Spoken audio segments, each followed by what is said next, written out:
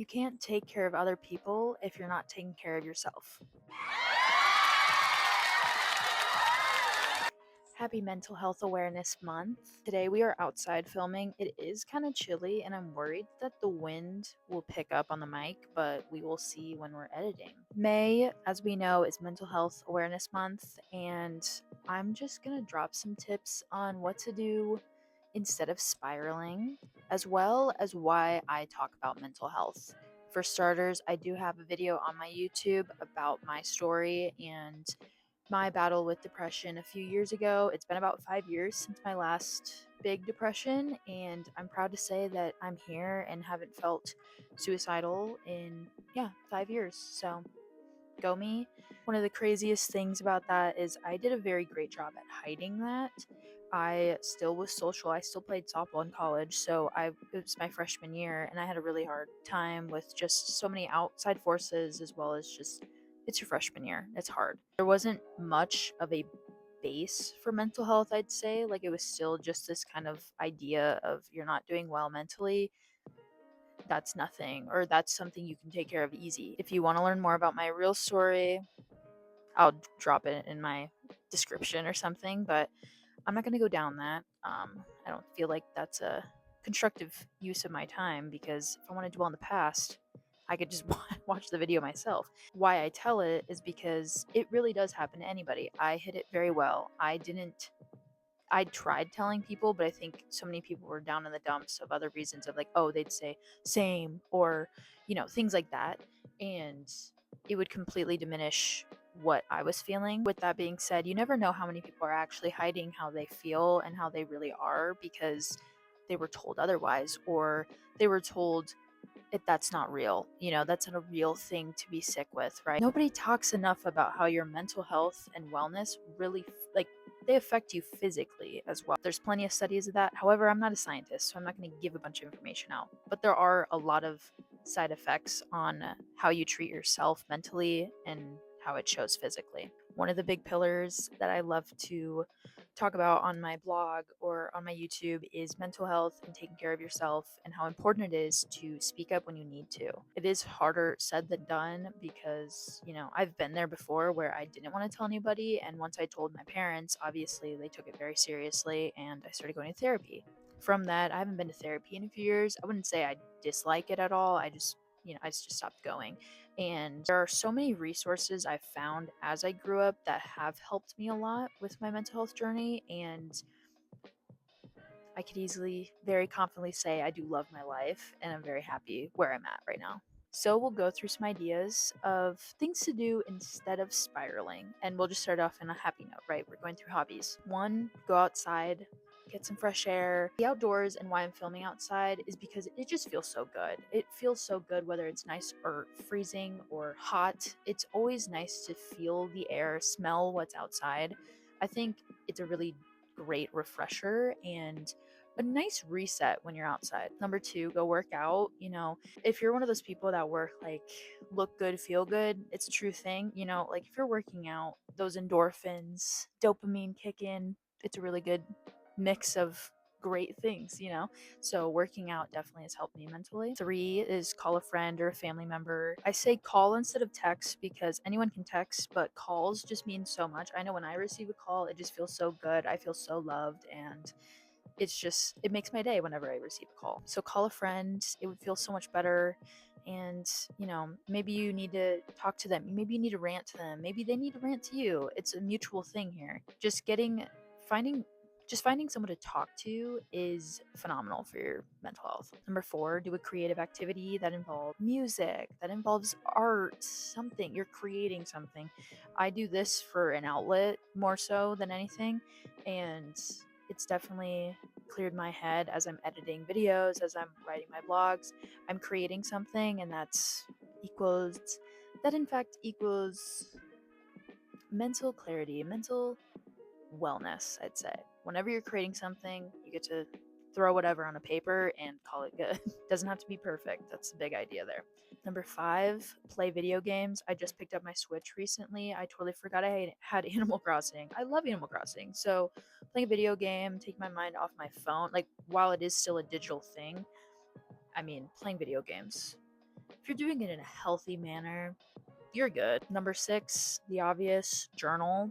There's so many ways to journal as well. I think people get so caught up on like, I need a prompted journal, I need to do this, I need to do that. Realistically, you could just write something down. I mean, I talk about it a lot where some days I'm just writing out good day or things like that. And it kind of feels good just put it out on paper. I think journaling is one of those tools that really won't die because it's something that you're creating a idea and writing it out on paper. I love it. And you can do that digitally as well. Like technology is growing with us. 7, no phone day. I definitely need one of those days soon, but I think logging off, and maybe not even logging off completely, just using your phone for your camera and music. Like there are ways to get a detox that's healthy, and I definitely think a no phone day is a non-negotiable that I should put on my calendar every month just because it's good for you. Number 8, listen to music, frequencies, and all that jazz. I truly love listening to music whenever I'm down, or if I just need to hear something other than my own voice, I'll listen to music. It also, you can just kind of share a vibe there. You can pick up a good song and be like, you know what? That's what I'm listening to today. You can pick a sad song and really just sulk in your emotions. Fine by me. Like your choice. I think some people thrive with sad music and happy music.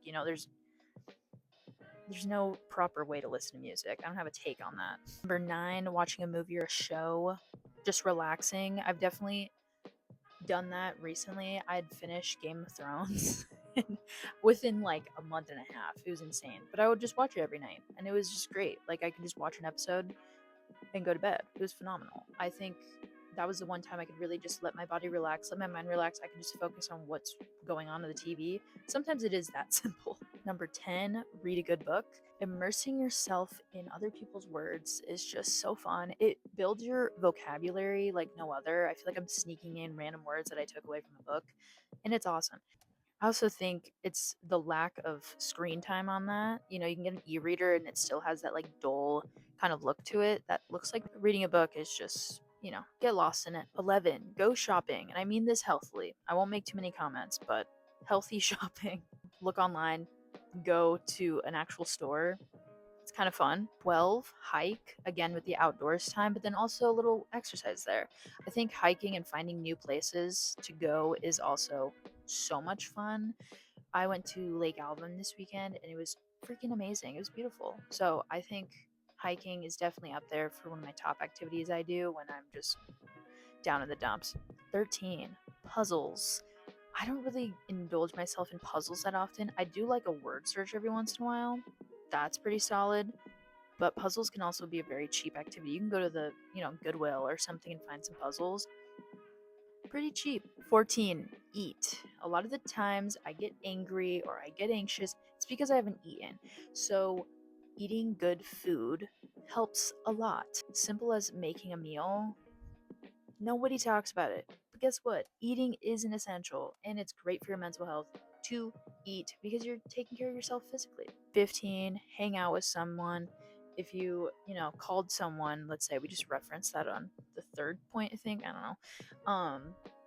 Go and seeing someone. I loved meeting with my sister all the time. I said that past tense because I just haven't seen her in like 2 weeks, I feel like, but I probably seen her last week.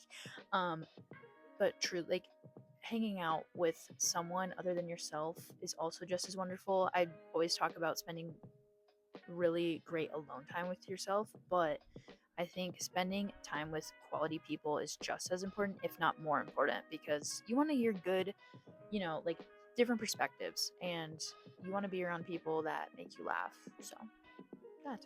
Do have a list of 50 things to do when you're bored and kind of combine that with different wellness pillars, I guess.